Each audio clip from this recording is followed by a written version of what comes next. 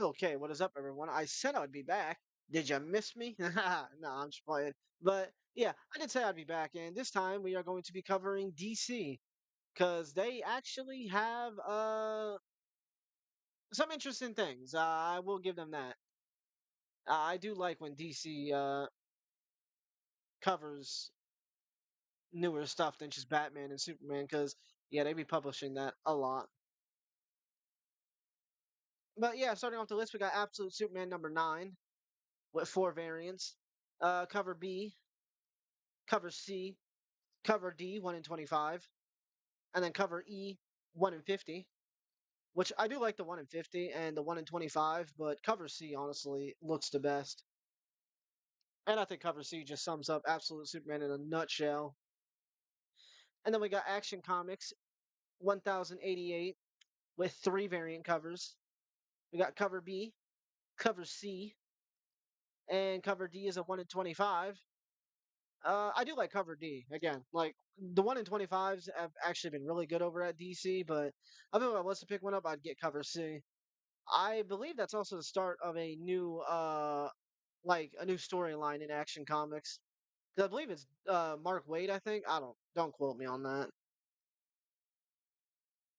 I kind of want to click on it to check, but hey, I ain't stressing it. Then we got Batman and Robin number 23 with 4 variants. We got cover B, cover C, cover D, which is kind of funny. It's a Gotham City Sirens cover, and then cover E is a 1 in 25. Honestly, I'd probably get cover D just because I love the Gotham City Sirens. I mean, hell, I have one of their stories that are being published, which I think it's actually a weekly thing. Not a yeah, I think no, yeah, weekly. I was a monthly. Jesus, no, I think it's like a weekly thing because I think issue 2 is coming out too, like already, and I think issue 1 released last week. I think. Don't quote me on that. Then we got Batman Dark Patterns number 8 with only 1 variant, which I do like the variant to that. But I also do like the original because I feel like the original just kind of sums up the weirdness of that series. And not weirdness as ooh, but it is really good and I recommend it. Then we got one of my favorite stories, Supergirl number 3 with 9 variant covers. 616 comics, 616 comics, 616 comics. These are mostly just 616. Then we got a cover B, which and then a cover C, which the cover C I'm picking up. Honestly, and then cover D in the 1 in 25, which the 1 in 25 does look cool, but I just like the cover C one more. But yeah, this is probably one of my favorite stories in terms of like the art. It is just like uh, it has like a goofy art style, but it fits. Then we got Aquaman number 7. I actually heard good things about this Aquaman series. I'm just not reading it sadly. With 4 variant covers: cover B, cover C, cover D, and cover E. If I was pick one up, I'd probably get cover D or cover C. Cover C looks okay, but I don't know why. I just kind of fuck with cover D more. That just might be me though. But I know so little of Aquaman. Like out of all the DC superheroes, I'd say Aquaman's like the one I don't know squat about, and I kind of blame myself for that, honestly. Then we got Green Lantern Corps number 6 with 3 variants: cover B, cover C, and cover D 1 in 25. I'll probably go with cover C. I don't know. I kind of like the breakdown variants. I don't know why. Like it just looks cool, but cover B looks all right. Then we got Trinity, daughter of Wonder Woman number 2 with 5 variants. Believe it or not, I was supposed to pick up this series and I saw Tom King on it, and then I put it back because yeah, I don't know. I cannot stand Tom King. I don't know what it is. And the thing is, Tom King has wrote some really good stories, but 9 out of the 10 times that you read a story from, it's fucking terrible. We got cover B, cover C, cover D, cover E, 1 in 25, and cover F, which is a 1 in 50. If I had to pick, though, I'd probably go with cover C. I don't know why. I just like cover C, but again, I didn't collect issue 1. I'm just gonna buy the trade paperback when it comes out, because thankfully DC believes in that series. I don't know why. Even I don't have faith in it. Then we got Batman, Gotham by Gaslight, A League for Justice #1. Surprised it went back to this universe, honestly. Cover B, cover C, and cover D, a 1 in 25. I would probably get cover B or cover C. I don't know. I like both of them. I think I like cover C a lot more than cover B, and I don't know why. I think I like cover B a little more just because it fits the universe. No, I had that backwards. Though cover B does fit the universe, but I think cover C fits the universe way more, and it just has that like weird tinge to the lighting. Oh, it's honestly a really cool cover. Then we got another one on my poll list: Superman Treasury 2025 Hero for All #1. Cover D, cover C, cover D, and cover E. And the one I am picking up is cover D because it is a Superman movie photo variant. And I just gotta have all the Superman variant covers that are tied into the movie. I know I'm missing some because I believe they did one for like a Batman series, and then I think they even did like I don't know. They do them at random times, but if it isn't in like Superman, Supergirl, or Crypto, yeah, I'm not collecting it just because I ain't got money to throw around like that. Then we got Gotham City Sirens Unfit for Orbit #2. I don't have that yet. With four variant covers, and then I'm getting cover B just because I like cover B. Then we got cover C connecting, cover D connecting foil, and cover E 1 in 25. I would have loved to get the collecting connecting variants, but they did the color scheme so fucking bad. So I just opted to get like the covers that had them all on it. I think it just looks better. And then we got Fire and Ice when Hell freezes over #4 with only one variant cover. Cover B. I like cover B though. I fuck with it. I got no complaint. I just don't know anything about that series. Then we got DC WIP, which I imagine is work in progress. All Star Superman #1. Then we got Absolute Batman #3, fourth printing. Absolute Wonder Woman #4, second printing. Absolute Wonder Woman #3, third printing. Absolute Superman #3, second printing, and then All Star Superman #1, which is AMC Dan Mora's Superman opening night IMAX fan event variant, which is pretty damn cool. But I think I have I don't think it was a part of All Star Superman. I'd have to double check, but I don't know. I think I have a variant just like that one. And let's go to DC's trade paperbacks. Damn, only 3 this time around? Did I do something wrong? Batman and Robin Volume 1 Memento trade paperback for $20. And we're gonna open that in a new tab. Uh, where does it say it at? Part 1, collecting Batman and Robin 14 through 19, 160 pages for $20. I don't know if that's really worth it. If I'm being completely honest, I feel like you could definitely catch that one on sale, and it would probably be way better than going out and spending $20 on it. Even though it is Batman and Robin, you really can't go wrong. Something about that just don't sit right with me. And we got Poison Ivy Volume 5, Human Batotomy trade paperback for $20.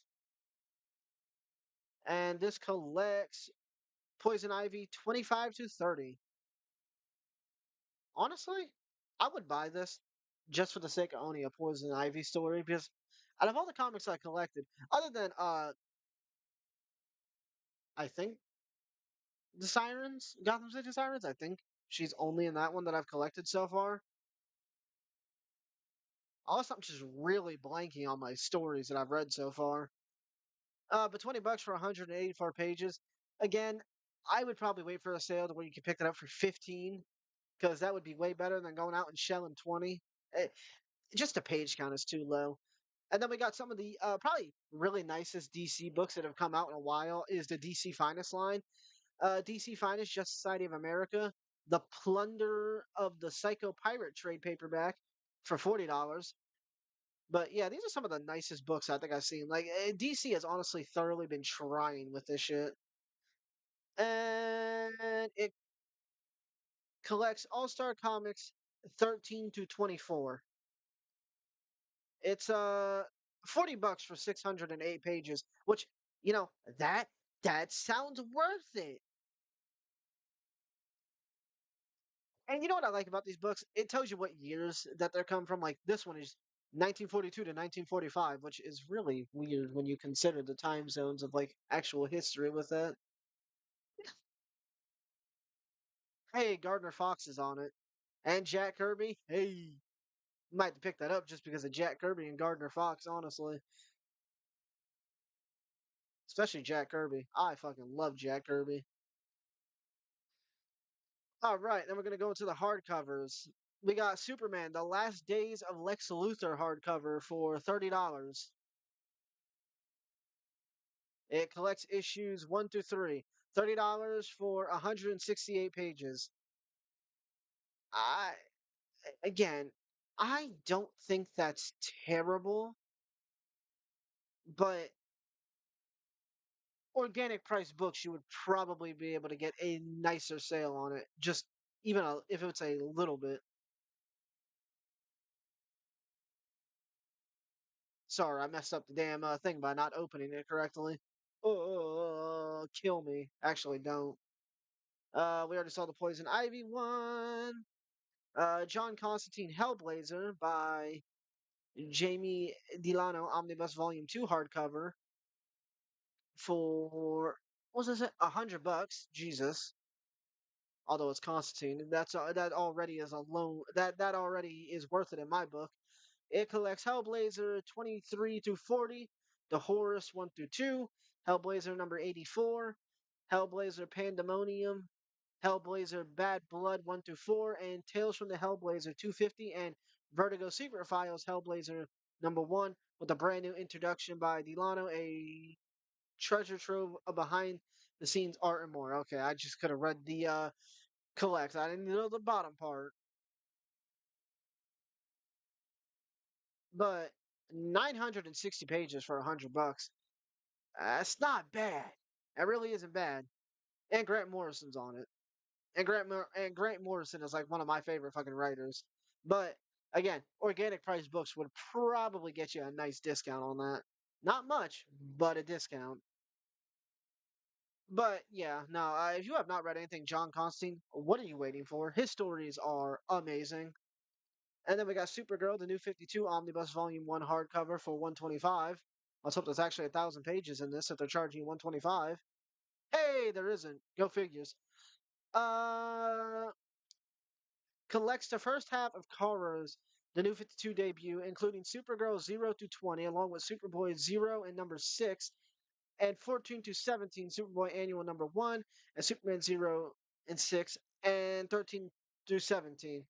So 125 for 824 pages. I'll be completely honest with you. No. I like Supergirl, but that price is outrageous. That and the new 52 is ass. I'll say it. I fucking hate the new 52. That cover is so ugly too. Oh my god. If you would to just remove the Supergirl logo and just show me that, I really would have thought it was a dyke pretending to be Supergirl. I really, and I truly mean that. But yeah, no, 125 for not even 1,000 pages. Yeah, you're tripping, DC. Yeah, you can probably wait until Prime Day to get that on sale. Not this one, but the next one. And then we got Flex Metallo, Man of Muscle Mystery, the deluxe edition hardcover, 2025 edition. Which this one I actually low key want to buy, just because it looks so dumb. And what is it collecting? Do do do do do do do do do. It is collecting the 4-issue miniseries from the team behind All Star Superman, including a special sketch section and recorded art. And it's only $30 for 128 pages, which yeah, that is kind of bad, but hey, it's Grant Morrison as writer and Frank Quitely as artist. I'll take what I can get. And that right there alone is worth the $30 in my book, even though the page kind of small. But that right there is really worth it. And then we got the League of Extraordinary Gentlemen, the Absolute Edition, Volume One hardcover, which I don't know anything about this.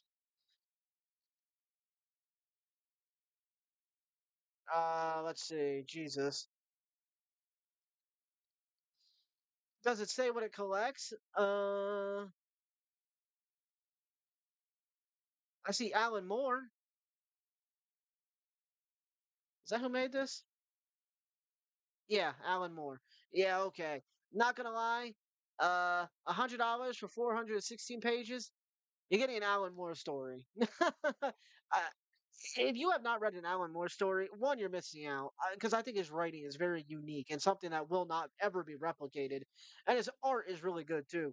If you ever want to see it like in its full glory, I would recommend Watchmen or Swamp Thing. Both have been collected in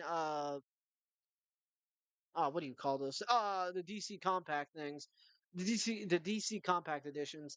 Yeah, there we go. Sorry, I couldn't remember that. Wow, I had to like scroll all the way back to my damn bookshelf and look at the Watchmen book.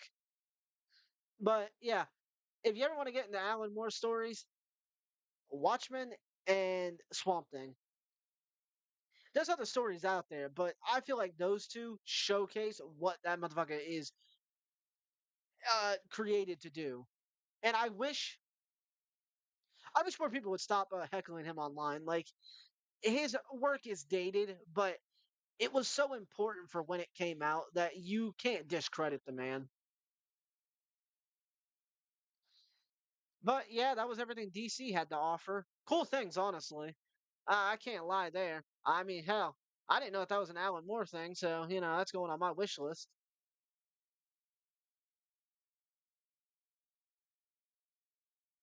But yeah, that was DC's thing. I got to go cover Image now. I'll probably hold off on that one though. At least give it like an hour. I just did two live streams back to back, and yeah, I'm a little exhausted. But yeah, thank you for tuning in, everyone. I will see y'all Wednesday for the new comic book day. Yeah, peace out, everyone.